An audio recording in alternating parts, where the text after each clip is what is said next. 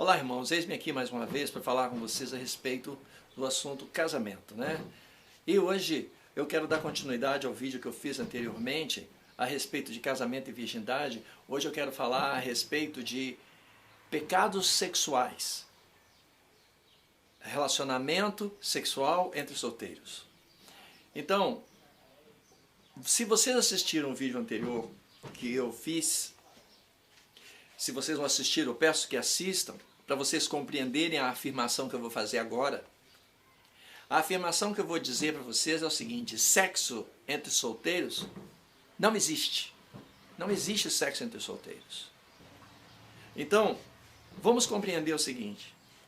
De acordo com o vídeo que eu fiz anteriormente, novamente digo que vocês precisam assistir para compreender, a base do casamento é a virgindade. Não existe outro elemento que de verdade te casa ou que você se casa com alguém.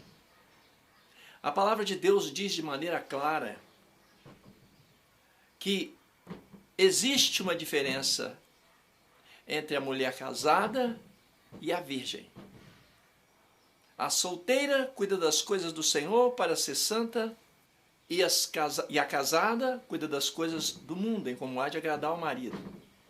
Esse trecho bíblico fala de maneira clara que uma mulher casada é a mulher que não é virgem. A mulher que é virgem, ela é solteira. Então veja, você está casado com alguém, se você for homem, você está casado com uma mulher, se você se uniu a ela e ela era virgem. Então você se casou com ela diante de Deus. Diante dos homens, essa questão de casamento civil, essa questão de casamento no religioso ou a cerimônia religiosa, diante de Deus, esses preceitos dos homens, porque não foi Deus que instituiu registro civil e nem foi Deus que instituiu cerimônia religiosa. Lá no Éden, como eu já falei no vídeo anterior, não existia nada dessas coisas. E houve um casamento ali, né? Adão e Eva.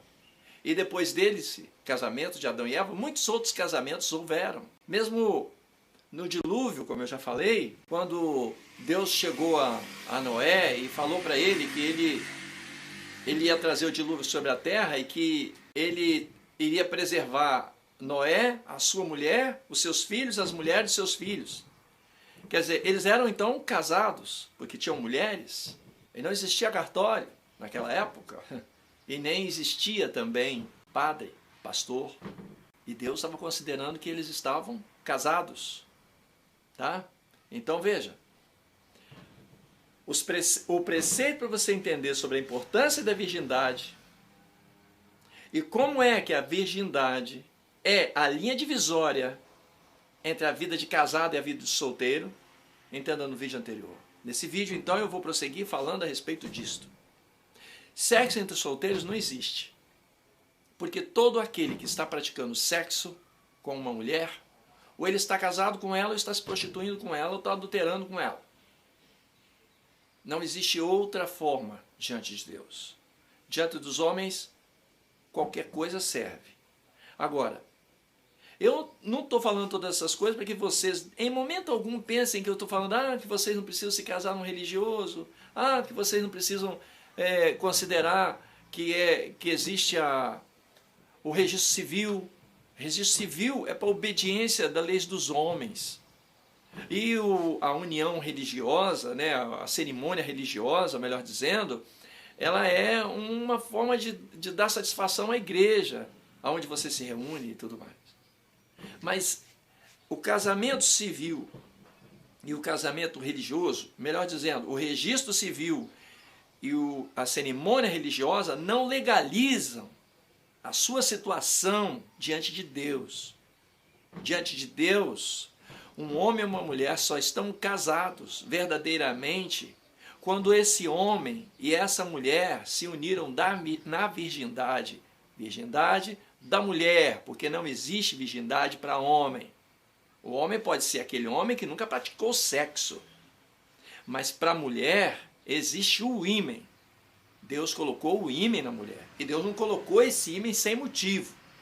Um dia eu vou explicar e falar mais detalhes sobre essa questão da virgindade e as coisas dessa forma. Eu quero reduzir esse vídeo porque senão o vídeo fica extenso para falar a respeito do assunto. Então veja, a linha divisória do casamento é a virgindade. Rompeu o ímen, o homem e a mulher estão casados diante de Deus. Aí pode ir para a cerimônia religiosa, pode ir para o registro civil, para completar o processo diante dos homens. Agora, diante de Deus está consumado o momento que se une na virgindade. Por essa razão até, eu aconselho até que se deixe o relacionamento sexual para depois do registro civil e para depois da cerimônia religiosa. Por quê? Porque estes preceitos dos homens, que é o registro civil e a cerimônia religiosa, se você se desfizer esse compromisso, diante de Deus ainda não tem um problema sério aí. Tem um problema. Porque diante de Deus as coisas são assim. No momento que você assumiu a responsabilidade, disse para a mulher que ia casar com ela, diante de Deus ela é sua esposa. Ela ainda não é sua mulher, mas é sua esposa. Diante de Deus ele é seu esposo, ainda não é seu marido, mas é seu esposo. Um dia eu vou falar sobre essas questões também. Como eu estou querendo falar sobre essa questão dos pecados sexuais, vamos agora à questão do pecado sexual. Só existem, biblicamente, 3 tipos de pecados sexuais. É o adultério, que é quando o homem e uma mulher traem os seus companheiros, quando o homem trai a sua mulher ou quando a mulher trai o seu marido com uma outra pessoa, isso é adultério. E é óbvio isso aí, não tem muito o que explicar. A prostituição é quando o sexo é praticado em troca de favores ou pagamento. Isso é prostituição. E existe o pecado que muita gente confunde, que fala bobagem à torta direita e que diz aí que isto é coisa de solteiros, é a questão da fornicação. Essa é o que causa mais confusão. Ah, porque sexo entre solteiros é fornicação. Não é fornicação, porque não existe sexo entre solteiros. A fornicação, ela é um tipo de idolatria. A palavra de Deus compara a fornicação com a idolatria. A fornicação é quando você coloca o sexo num ponto mais elevado do que Deus. Então, a fornicação é um pecado sexual que homem e mulher casados do jeitinho que Deus quer, ou seja, um homem se unindo a uma mulher virgem, mesmo sendo assim, esse casal pode praticar fornicação no seu relacionamento. Quando? Vou citar um exemplo, que é o, digamos assim, até bíblico, né? Porque a palavra de Deus diz que o homem é devedor à mulher, que ele não é dono do seu próprio corpo, mas ele é devedor à mulher, e que a mulher não é dona do seu próprio corpo, é devedora ao marido, que eles devem ser benevolentes um para com o outro, a não ser para se aplicar a oração por algum tempo, e que depois se ajuntem de novo, para que Satanás não vos tente, diz a palavra. Então entenda, entenda. Se o homem propõe à mulher, amor, nós precisamos nos afastar por algum tempo, porque a gente precisa se dedicar à oração. E a mulher diz, ficar um tempo, quanto tempo? 30 dias. Que absurdo, não vou fazer uma coisa dessa, vou ficar sem sexo 30 dias. Esse sexo praticado nesse período pode tornar-se uma idolatria. Porque a pessoa colocou o sexo num ponto mais elevado que Deus. Se fosse invertido, a mesma coisa. Se a mulher propusesse para o marido que eles se afastassem por algum tempo, para que os dois pudessem se aplicar à oração, e o marido se recusasse, também ele poderia estar praticando o pecado da fornicação. Ou seja, a oração e a vontade de se achegar mais a Deus ficou em segundo plano.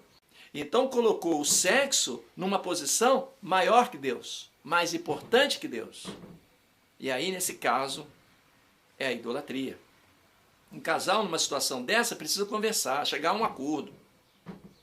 Mas não pode entrar naquela de bater o pé. Que se bater o pé, aí é fornicação. Agora, se de repente entrar num acordo, não, amor, então aqui vamos ficar hoje, amanhã a gente começa esse jejum e tal. Sei lá, uma coisa assim, que você considere Deus de extrema importância na sua vida e coloque o sexo em segundo plano, então não é pecado fornicação. A gente tem que compreender o seguinte: você não veio ao mundo para fazer sexo. Sexo não é a coisa mais importante desse mundo, como muitos dizem. As pessoas colocam o sexo como uma coisa de extrema importância. A gente acaba vendo nesse mundo que existem duas coisas importantes para o mundo: dinheiro e sexo.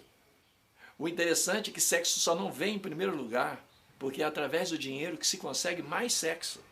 Que aí, nesse caso, certamente será o caminho da fornicação ou será o caminho da prostituição, do adultério, sempre em direção àquilo que não é da vontade de Deus, certo? Então, nós temos que entender que Deus nos deu sexo com um só propósito. Não existe dois propósitos, apenas um propósito. Multiplicação da espécie humana. É para isso que Deus nos deu o sexo. Quando você coloca esse sexo numa posição que está acima desse patamar, esse sexo se torna idolatria. Se torna uma coisa, um Deus na sua vida. E aí, eis a fornicação. Então, olha bem, entenda. Deus sabe muito bem que para nós, você se unir a alguém e ter um relacionamento sexual, por mais que as pessoas acham isso simples nesse mundo, não é simples. Algo grande está acontecendo ali, entre duas pessoas. Essas pessoas estão trocando fluidos. Essas pessoas estão contaminando-se mutuamente, uma com o fluido da outra. Essa contaminação, quando são dois numa só carne, é uma contaminação que, digamos assim, o nosso corpo pode suportar. Mas quando a pessoa tem muitos parceiros, homem ou mulher, a situação começa a ficar complicada. Porque, como nós sabemos, cada corpo, cada ser humano, ele tem as suas próprias características. Nós temos características que são, digamos assim, padrões, mas nós temos características. Por exemplo, existem pessoas que são alérgicas a uma coisa, outra pessoa não é alérgica a outra. Conheço um monte de gente que come camarão na boa e tem outros que não pode nem botar na boca. Então, essas diferenças, mesmo que seja um homem com várias mulheres, ainda assim existe essa troca de fluidos e ainda existe essa questão do risco que se corre. Bom, fora esse risco que se corre, existe uma outra questão para ser considerada. São alguns segundos de prazer para uma vida inteira de responsabilidade. E isso não é por menos, eu não estou falando isso por menos. Porque uma vez que você trocou fluido com alguém, esse fluido entrou no seu corpo, agora esse fluido nunca mais vai sair dali. Vai fazer parte do seu corpo. Então, uma consequência do ponto ali inicial para o resto da nossa vida. Para o resto da nossa vida. Tem uma outra questão que é de extrema importância a ser considerada se surgir uma gravidez.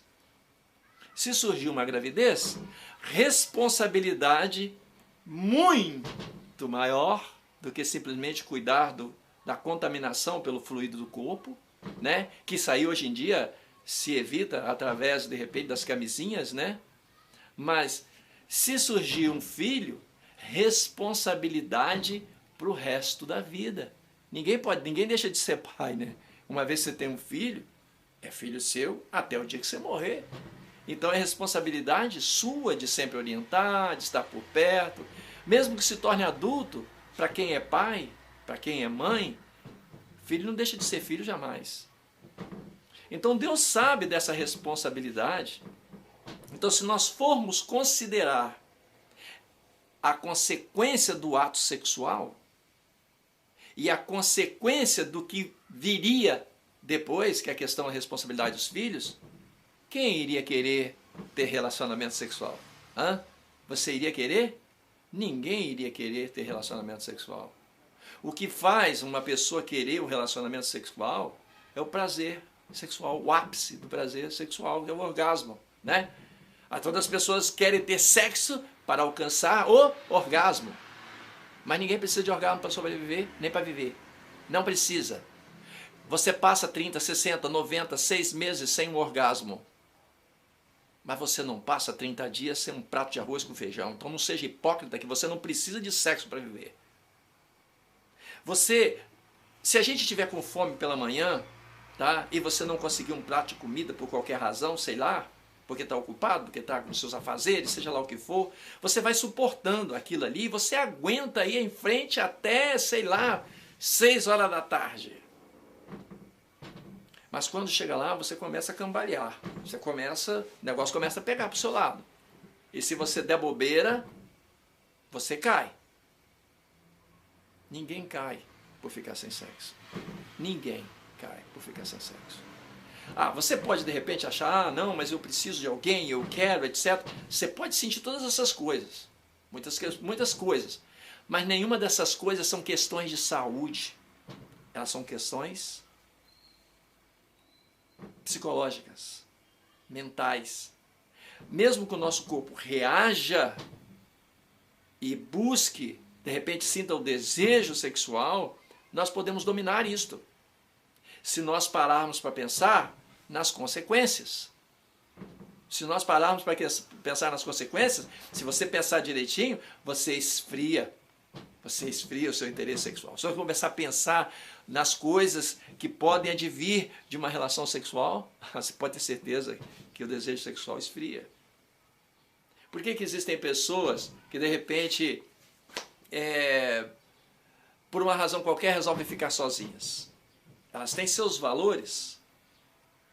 De repente elas preferem sofrer as situações da falta do relacionamento sexual do que de repente ter que sofrer as responsabilidades de um relacionamento sexual com alguém que de repente, sei lá, né? E esse é o outro problema, né? Quando você se une a alguém sexualmente, quer seja ela virgem, estou falando de homem, quer seja você uma mulher virgem que vai de repente se unir a um homem, ou o contrário, não importa. Você não sabe com quem você vai se unir. A pessoa precisa de aprender que existe a questão de conhecer a pessoa, para poder saber com quem você está lidando. Ninguém conhece ninguém de todo, mas pelo menos alguns indícios você tem que procurar. Então, por todas essas responsabilidades, Deus nos deu o ápice de um prazer, que é o prazer sexual. Deus não fica devendo nada para ninguém, né? Então você tem o seu, no momento que você está tendo relacionamento sexual, você vai até que aquele clímax, e acontece então o resultado do ato sexual, que é o orgasmo, e que a partir dele é que surge de repente a possibilidade de vir um filho, né? E que acontece a troca de fluidos. Então entenda, esta questão de sexo, que todos precisam de sexo, que é uma coisa que ninguém pode ficar sem, isso é conversa fiada. Para pensar nisso. E é esse ponto que leva a pessoa ao pior pecado no nível sexual, que é a idolatria sexual, que é a fornicação, que é a pessoa colocar o sexo num patamar mais alto que Deus. A questão do adultério é fácil de entender. A questão da prostituição é fácil de entender. A questão da fornicação é mais complicado de entender. Agora, fornicação não é sexo entre solteiros, como eu já disse, porque não existe sexo entre solteiros. Todas as pessoas que fazem sexo neste mundo são casadas. Elas podem não viver com seus parceiros. Ela pode não viver, uma mulher pode não estar vivendo com seu marido, ou seja, aquele que tirou a virgindade dela. O homem pode estar vivendo com uma mulher que não foi aquela de quem ele tirou a virgindade. Mas ele um dia tirou a virgindade de uma mulher. Se o homem nunca tirou a virgindade de uma mulher, e ele sempre esteve com mulheres que não eram virgens, ele sempre viveu na prostituição, sempre viveu no adultério. Sempre. Sempre. Ou no adultério ou na prostituição, ele sempre viveu. A fornicação, aí eu não sei, vai depender em que patamar que ele colocou o sexo. Você avalie se sexo se tornou para você fornicação ou não. Toda vez que você, como eu disse, colocou o sexo num patamar maior que Deus, mais importante que Deus, chutou o pau da barraca e foi fazer sexo, não quero nem saber, nesse momento você praticou a fornicação. Caso você tenha alguma dúvida, caso você não tenha entendido as coisas que eu disse aqui, deixa um comentário no vídeo, a gente vai falar sobre isso com mais detalhes, ok? Eu quero terminar o vídeo agora dizendo para vocês que eu devo voltar com outros vídeos falando a respeito de outros assuntos que de repente acho relevantes, porque assuntos como este que eu acabei de dizer não são explicados corretamente nas igrejas. Muito é falado sobre casamento, eu vejo vídeos de horas e horas falando a respeito de casamento, mas as coisas diante de Deus elas são simples, mas insistem em complicar. Na verdade não há nada de complicado, é simples demais. Um homem se casa com uma mulher quando ela é virgem. Se ela não for virgem, ele está adulterando com ela, se prostituindo com ela, e a fornicação pode vir junto ou não, né? Porque a fornicação se pratica tanto com a pessoa com quem se está casado, como uma pessoa que de repente não se está casado. Tá entendendo? Então, de repente, a pessoa pode estar fazendo as três coisas, né? Adulterando, se prostituindo e fornicando. Os três pecados num ato só. Ok? Então é isso. Fiquem com Deus. Curtam o vídeo. Compartilhem. Esse canal não tem propósito de, sei lá, criar uma nova religião, uma nova denominação, nem nada. É apenas esclarecimento da palavra de Deus para vocês. Tá? Um esclarecimento com isenção, porque eu não estou aqui para defender religião nenhuma, tá certo? E nem para dizer que nenhuma delas é ruim ou é boa, não se trata disso. Eu creio na Bíblia como ela é, pratico a Bíblia como ela é, e ponto final, ok? Fique com Deus. Até o próximo vídeo.